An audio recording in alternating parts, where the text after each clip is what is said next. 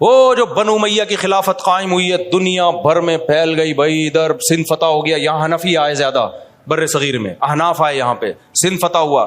سندھ کوئی بڑی فضیلت ہے. بخاری میں جا رجل من السندھ الی عائشہ رضی اللہ عنہا، مجھے بڑا مزہ آتا ہے یہ حدیث پڑھ کے. امی عائشہ بیمار ہوئی ہیں، صحیح بخاری میں سندھ سے بندہ علاج کے لیے گیا امی عائشہ کا. صحیح ہے نا؟ میں نے جب یہ دور حدیث میں حدیث پڑھی میں اچھل گیا. میں نے کہا ارے ہمارے علاقے کا نام آ گیا. سندھی میں علاقے کو علاقہ بولتے ہیں، ٹھیک ہے نا؟ ہمارے علاقے کا نام آ گیا بھائی. جا رجل من السندھ، ہو سکتا ہے ڈنڈا موڑ سے گیا وہ بندہ، ہو سکتا ہے سندھ سے آیا. اب یہ نہیں سندھ کے کون سے علاقے سے، ہو سکتا ہے خیرپور سے گیا، ہو سکتا ہے سکبال سندھ سے گیا حضرت عائشہ کا علاج کرنے کے لیے.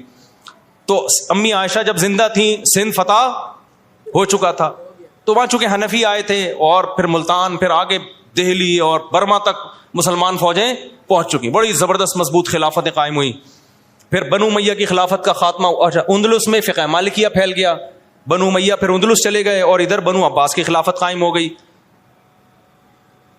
سمجھ میں آ رہی بات؟ اور اسلامی سلطنت پھیلتی چلی گئی. مسلمانوں نے کتابیں لکھ دی، رفع الدین کرنا ہے نہیں کرنا ہے، سب کے اپنے اپنے دلائل. جو کر رہا ہے بھائی اس کو چھیڑو نہیں، جو نہیں کر رہا ہے اس کو بھی چھیڑو نہیں. وہ فقہ حنفی بھی سارے علماء نے فتویٰ دیا. چاروں مکاتب فکر اہل سنت والجماعت کے ہیں، کوئی کسی کو بھی فالو، لیکن کرے ایک کو. یہ نہیں کہ جب خون نکل رہا ہے وضو ٹوٹ رہا ہے تو کہہ رہے میں امام شافعی کو فالو کر رہا ہوں، اس میں ان کے یہاں وضو نہیں ٹوٹتا. اور جب کسی بچی کو ہاتھ لگ گیا تو کہ میں ابو حنیفہ کو فالو کر رہا ہوں. یہ نہیں، ڈرامے بازی، اس سے یہ گڑبڑ ہوگی. ایک کو کرو، دوسرے کو صحیح سمجھو. سمجھ میں آ رہی ہے بات؟ تو یہ پھیل گیا. سعودی عرب میں فقہ حنبلی زیادہ رائج ہوا. تو اب کیا ہوا کہ بھائی پوری دنیا میں جب پھیل گئے، پھر خلافت عثمانیہ قائم ہوئی. بنو عباس کی خلافت کا خاتمہ ہوا. تاتاریوں نے حملہ کیا، مسلمانوں کی کوتاہی تھی. اس میں کوتاہی یہ تھی کہ بارڈر کو جو ہے وہ کسی نے خیانت کی اور جا کے بارڈر کھول دیا تاتاریوں کے لیے، پیسے لے کے نا بک گیا. بالآخر تاتاری گھس، ورنہ کسی کے باپ میں ہمت نہیں تھی کہ مسلمانوں کی خلافت پہ حملہ. اندر ہی سے کوئی بندہ حکومت کے قریب جاتے جاتے بادشاہ کو، خلیفہ کو اعتماد میں لے کے اتنے لوگ بادشاہ کے قریب چلے گئے. تبھی ہم کہتے ہیں کہ جو علماء حکومت کے قریب نہیں ہیں وہ کوئی خیر کا کام نہیں کر رہے. پھر باطل لوگ حکومت کے قریب چلے جائیں گے. دیکھو حکومتوں کے قریب جانے والے دو طرح کے لوگ ہوتے ہیں. ایک اپنے فائدے کے لیے، ان کو کہتے ہیں چاپلوسی کرنے والے، یہ حرام ناجائز ہے. اور ایک ہوتے ہیں تاکہ ان کو ٹھیک کر کے رکھیں ہم، کیونکہ حکومت کا ایک فیصلہ آپ کی صدیاں بدل سکتا ہے. اس لیے جو سنجیدہ علماء ہیں وہ فوجیوں سے بھی تعلقات بنا کے رکھتے ہیں، بیوروکریٹ سے بھی تعلقات بنا کے رکھتے ہیں، ججز سے بھی تعلقات بنا کے رکھتے ہیں.